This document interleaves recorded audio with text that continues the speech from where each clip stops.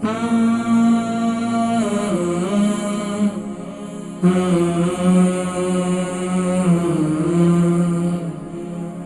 اللہ کی بارگاہ میں توبہ کیجئے، اللہ کی بارگاہ میں رجوع کیجئے اور یہ عہد کیجئے کہ اگر دنیا کے اندر ایسے بد نصیب لوگ بھی موجود ہیں جو قرآن جلانے کی سازش میں اور بدترین عمل کے اندر موجود ہیں، تو ہم نے دوسری طرف قرآن کریم کی تلاوت کی کثرت کر دینی۔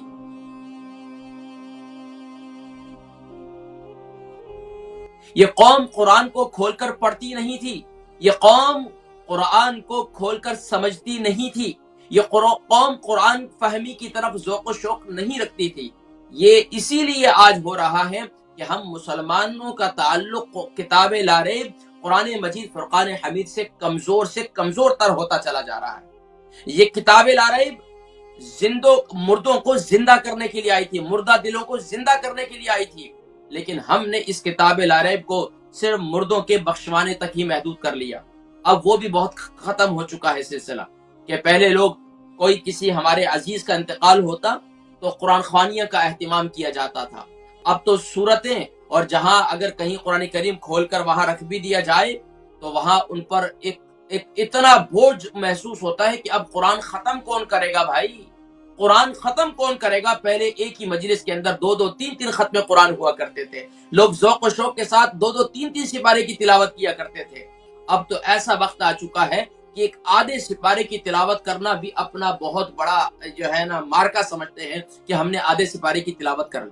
لیکن ناظرین کرام، بحیثیت مسلمان، آج اگر پوری دنیا کے اندر بہت سے ایسے لوگ ہیں جو دوسرے مذاہب سے تعلق رکھنے والے ہیں، وہ قرآن کریم پر ریسرچ کر رہے ہیں، قرآن کریم کو سمجھنے کی کوشش کر رہے ہیں، جن کے دل کی دنیا کو اللہ نے روشن کر دیا اور ان کو ہدایت دے دی، تو ناظرین کرام آج وہ لوگ صرف نان مسلم سے مسلم ہی نہیں بنے، وہ آج دوسرے لوگوں کے لیے مبلغ اور دین کے داعی بنے ہوئے ہیں اور وہ لوگوں کے لیے ذریعہ ہدایت بن رہے ہیں۔ لیکن ایک مسلمان ہے جس نے مسلمان گھرانے کے اندر آنکھ کھولی، اس کے گھر میں قرآن پڑھا جاتا تھا، قرآن سنا جاتا تھا، قرآن کو کھولا جاتا تھا، قرآن کو سمجھا جاتا تھا، قرآن کو سیکھا جاتا تھا۔ آج اسی معاشرے کے اندر ہمارے گھروں کے اندر قرآن کریم موجود ہیں، ہمارے موبائلز کے اندر قرآن کریم ڈاؤن لوڈ کیے ہوئے موجود ہیں، لیکن ناظرین کرام قرآن پڑھنے کی توفیق نہیں مل رہی۔ تو اللہ کی بارگاہ میں توبہ کیجئے، اللہ کی بارگاہ میں رجوع کیجئے اور یہ عہد کیجئے کہ اگر دنیا کے اندر ایسے بد نصیب لوگ بھی موجود ہیں جو قرآن جلانے کی سازش میں اور بدترین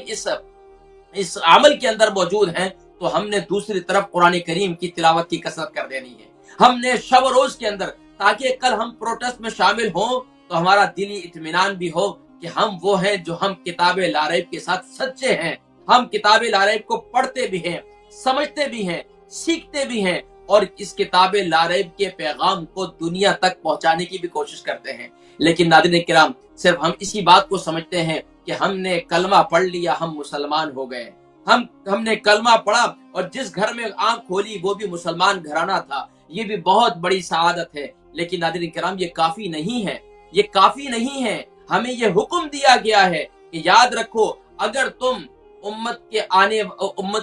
محمدیہ تم پر بہت سے فتنے آئیں گے، ان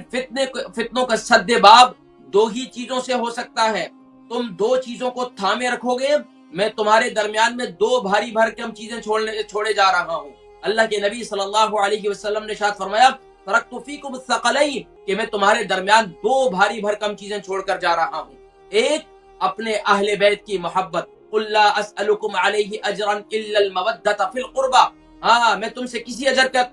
تقاضا نہیں کرتا، صرف یہ ہے کہ میرے اہل بیت سے محبت کرنا۔ اور دوسری، اس بات کا تم سے تقاضا کرتا ہوں کہ قرآن کریم کو نہ چھوڑنا، قرآن کریم کو نہ چھوڑنا۔ قرآن کریم جب تک تم پڑھتے رہو گے، رحمتیں برکتیں تمہارے گھر میں آتی رہیں گی۔ قرآن کریم کو تم کھول کر سمجھتے رہو گے، تمہارے دل و دماغ روشن ہوتے رہیں گے، کہ تمہیں کوئی بڑی بیماری تمہارے گھر میں اور تمہیں نہیں آئے گی، کوئی تم پر بڑی پریشانی نہیں آئے گی۔ ناظرین کرام، آج بھی دیکھ لیجئے، آج یکے بعد دیگرے ہمارے گھروں میں نبی کریم صلی اللہ علیہ وسلم نے ارشاد فرمایا کہ وہ گھر جس میں قرآن کریم نہیں پڑھا جاتا، وہ فرمایا کل بیت الخرب ہے، وہ ویران گھر کی مانند ہے۔ آج ہمارے